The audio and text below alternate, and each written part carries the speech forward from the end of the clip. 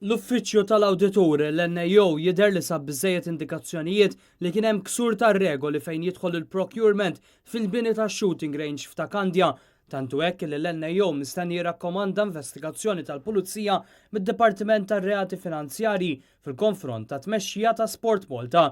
Rapport fil-Journal Times of Malta jispjega kif dan il-każ huwa dwar sensiela ta' direct orders għal valur ta' aktar minn 13 miljun euro maħruġa minn Sport Malta għal bini ta' shooting range nazzjonali f'ta' Kandja.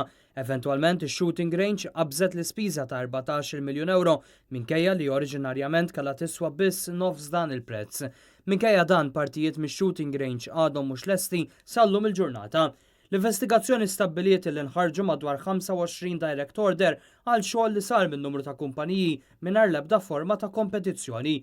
Fi żmien meta kienet qed tinbena din ix-shooting range, Sport Malta kienet mingħajr kap eżekuttiv u kienet qed titmexxa mill-avukat Chris Bonnet b'mod temporanju. Il-maġġoranza assoluta tad-direct orders fil-fatt inħarġu meta hu kien fit-tmexxija. L-investigazzjoni mill-Uffiċċju tal-Awditur tinsab fi stadju avvanzat u mistennija tkun konkluża fil-ġimgħat li ġejjin. Lura meta saru l-akkużi li nkisru r-regoli tal-procurement, kelliem mas-Segretarju Parlamentari Clifton Grima kien ċaħat l-akkużi u qal li l-proċeduri ġew segwiti. Issa l-indikazzjonijiet huma li dan mhux minnu.